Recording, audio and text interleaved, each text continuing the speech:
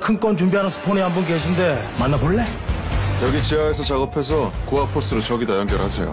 한 방에 300억쯤 땡기시겠다. 성금 5억에 잔금 5억. 수많은 영화 장르 중 남녀노소 모두가 비교적 가볍게 팝콘 무비를 즐길 수 있는 한 장르가 있습니다. 케이팝 무비 혹은 하이스트 무비라고 불리는 장르이죠. 조금 더 풀어서 쉽게 이야기하자면 범죄 오락 영화라고도 부를 수 있는데요. 예를 들어 외국 영화로는 미션 임파서블, 베이비 드라이버, 나우 유 씨 미 마술사기단, 그리고 인셉션도 이런 요소가 들어가 있다고 볼 수 있죠. 한국 영화로는 대표적으로 범죄의 재구성, 꾼, 도둑들, 그리고 불과 반년 전에 개봉한 도굴 같은 작품들을 예로 들 수 있습니다. 이런 케이팝 무비에는 몇 가지 공식처럼 그려지는 설정들이 있습니다. 주인공들이 훔치고자 하는 그 대상은 엄청난 양의 돈이거나 보물 혹은 사회적, 경제적으로 굉장히 가치 있는 것으로 설정이 되어 있고, 그 대상을 훔치기 위해선 위험한 장애물이나 삼엄한 보안, 경비를 뚫어내야 하죠. 그렇게 각 분야마다 손에 꼽는 전문가들이 팀워크를 이뤄 각자가 한 포지션 혹은 파트를 맡고 이런 이들을 뒤쫓는 집단과 쫓고 쫓기는 관계를 유지하면서도 그 안에서 배신과 동맹이 이뤄지죠.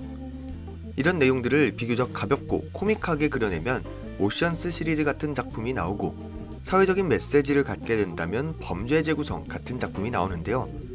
그렇다면 당연히 각 캐릭터들의 능력과 관계가 뒷받침되어야 하고, 그 속에서 피어나는 갈등과 케미, 그리고 관객들이 예상치 못한 반전이 탄탄하게 마련되어야만 카타르시스를 느낄 수 있습니다.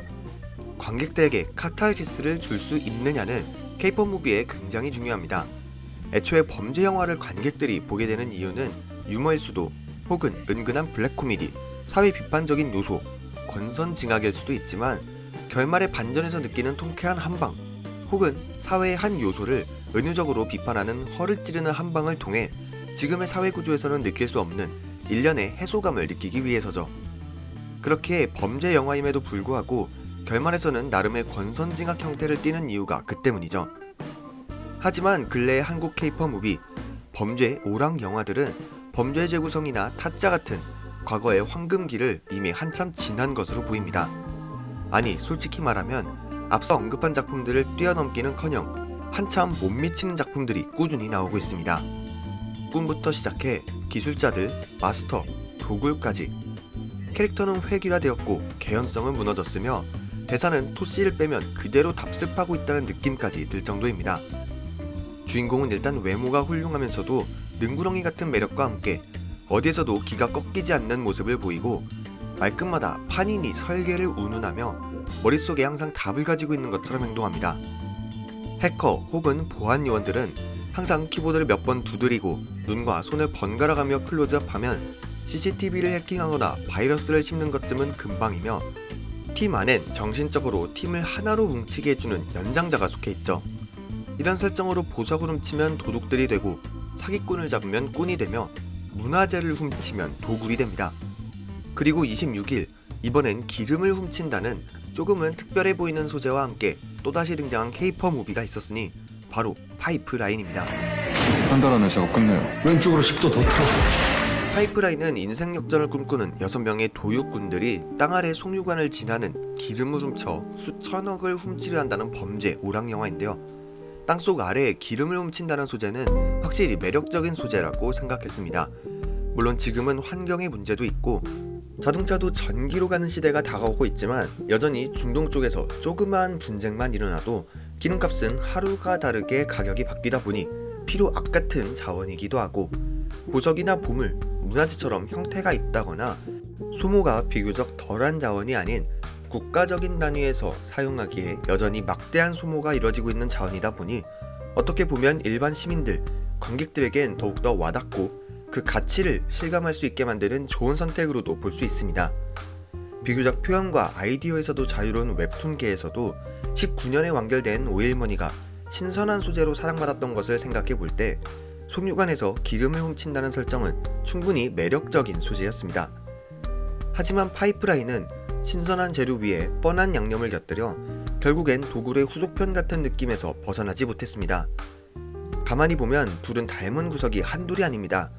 주인공이 대단한 능력을 가지고 있다는 걸 행동보다는 대사를 통해 설명한다는 점도, 크게 한탕을 하기 위해 일을 맡기는 돈은 많고 깡패를 끼고 다니는 악역 주선자도 2% 부족하지만 열정 가득한 훗날 주인공 무리를 돕게 되는 공권력도 땅 파는 걸 속이기 위해 노래방에서 노래를 주구장창 부르는데 이런 장면에선 쓸데없이 오버스러운 연기가 나오는 것도 그리고 최종적으로 예상을 벗어나지 않는 뻔한 결말까지도 생각해보면 도굴보다 캐릭터들의 색깔이 잘 잡혀있지 않다는 생각까지 듭니다.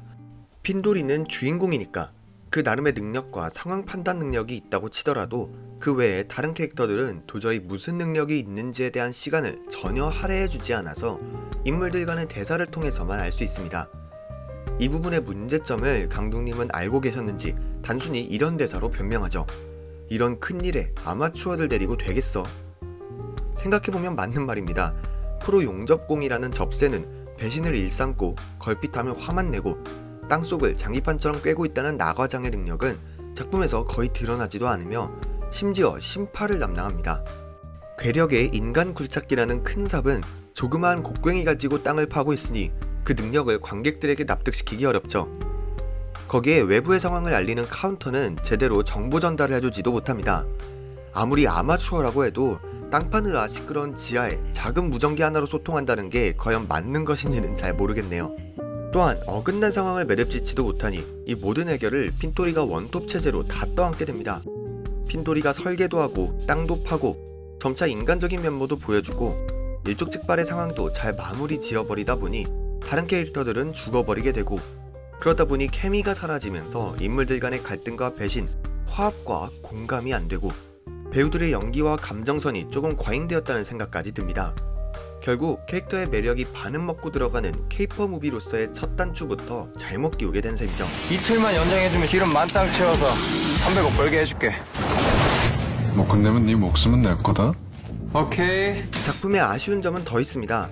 우선 컴퓨터 그래픽은 장족의 후퇴라고 느껴질 정도로 충격적이었고 비교적 라이트한 분위기를 위해 나오는 몇몇 액션들은 90년대에 아주 고리타분한 슬랩스틱 코미디를 연상케 해서 비웃음만 나올 정도였으며 도유를 한다는 소재를 제외하면 기존 케이퍼 무비의 클리셰를 조금도 벗어나지 못했습니다. 애초에 각 포지션별로 관객들에게 눈도장을 찍어야 할 캐릭터들이 빈약한 서사와 답답한 캐릭터성, 심파 담당이다 보니 범죄 영화의 주인공임에도 불구하고 관객들에게 몰입시키는 특유의 딜레마를 발생시키지 못합니다. 그렇다 보니 이들이 송유관을 뚫고 기름을 빼돌리는 일련의 과정들을 응원하고 공감 가게끔 만들지 못하고 전혀 매력적이게 와닿지 못합니다. 또한 악역으로 나오는 이수혁 배우의 건우는 냉혹하지도 계획적이지도 그렇다고 엄청 돈이 많거나 물리적인 강함이 있는 것도 아니다 보니 혼자서 일당백으로 사건을 다 해결하는 핀도리와 엎치락 뒤치락하는 상황에서 도저히 매력적인 빌런으로 다가오지 못합니다. 오랜만에 스크린으로 돌아온 서인국 배우와 한참 떠오르는 은문석 배우, 태양호 배우, 배유람 배우 그리고 이제는 모델에서 배우로 성공적인 변신을 마친 이수혁 배우까지 출연을 했지만 이들의 호연이 무색하게끔 작품 자체가 아쉬운 부분이 너무 많아서 한편으론 관객들의 입에서 한국 영화가 그렇지 뭐 하는 말이 나올까봐 걱정이 되기도 했습니다. 3, 2, 1.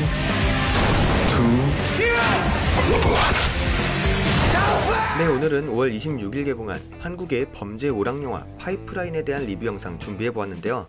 오랜만에 스크린에서 만나는 커다란 스케일의 한국 영화인데 좋은 소리를 못해준 것 같아서 오히려 미안한 마음이 듭니다.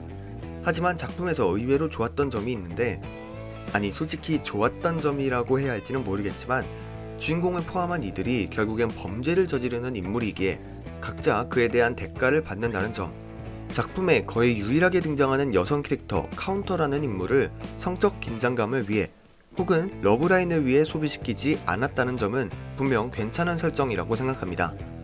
물론 전체적으로 아쉬운 점에서 그나마 긍정적인 점을 끄집어낸 것이긴 하지만 네, 오늘 영상은 여기까지고요.